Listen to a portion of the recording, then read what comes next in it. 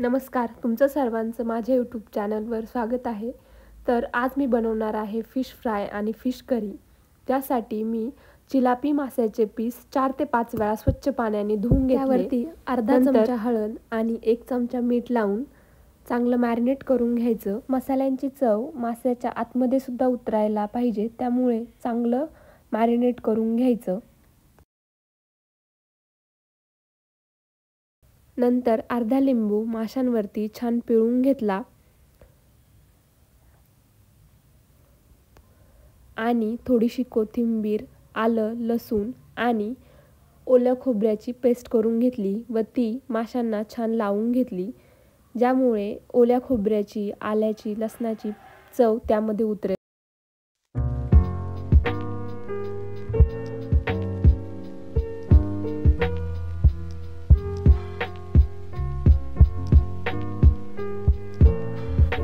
नंतर इथे मी अर्धा चमचा लाल तिखट पावडर, अर्धा चमचा गरम मसाला आणि अर्धा चमचा चिकन मसाला घेतला व या मसाल्यांनी छान कोटिंग करून घेतलं आणि मॅरिनेट करून अर्धा तास साईडला ठेवून द्यायचं। नंतर फिश करीसाठी इथे मी मसाले भाजून घेत आहे।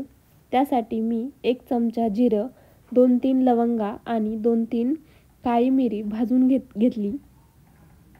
नंतर त्यामध्ये 2 चमचे हरभरा डाळ आणि 2 चमचे धने भाजून घेतले आणि 1 लवंगाचा छोटासा तुकडाही ॲड केला। नंतर हे सर्व मसाले भाजून घेतल्यानंतर एका साईडला काढून घेतले आणि खोबरं भाजून घेतलं। खोबरं भाजून झाल्यानंतर एक बारीक चिरलेला कांदा लाल होईपर्यंत भाजून घेतला आणि सर्व मसाले, खोबरं आणि कांद्याची एक पेस्ट करून घेतली। नंतर करी बनवण्यासाठी इथे मी एक कढई गरम करायला ठेवली। त्यामध्ये 2 चमचे तेल घेतले व आलं लसणाची पेस्ट थोडीशी लाल होईपर्यंत परतून घेतली। नंतर त्यामध्ये आपण तयार केलेली मसाल्यांची पेस्ट घातली व परतून घेतली।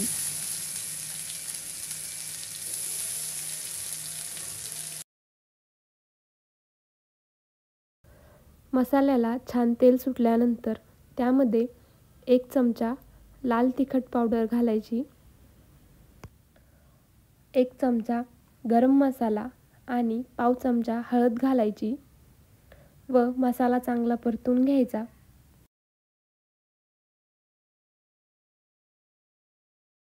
मसाला चांगला परतून झाल्यानंतर त्यामध्ये आपल्या अंदाजानुसार मीठ घालायचं आणि 1 ग्लास गरम केलेलं पाणी घालायचे।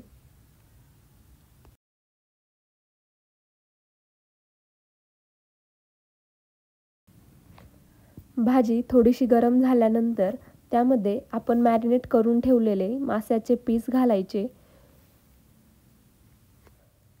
आणि मंद आचेवर माशाचे पीस थोडे शिजून द्यायचे। मासे पूर्णपणे शिजल्यानंतर त्यावरती थोडीशी कोथिंबीर टाकायची आणि गॅस बंद करून टाकायचा। इथे आपली फिश करी तयार झाली आहे।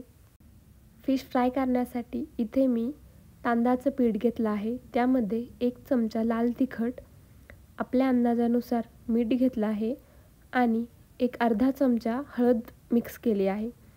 नंतर यामध्ये 2 चमचे रवा मिक्स केला।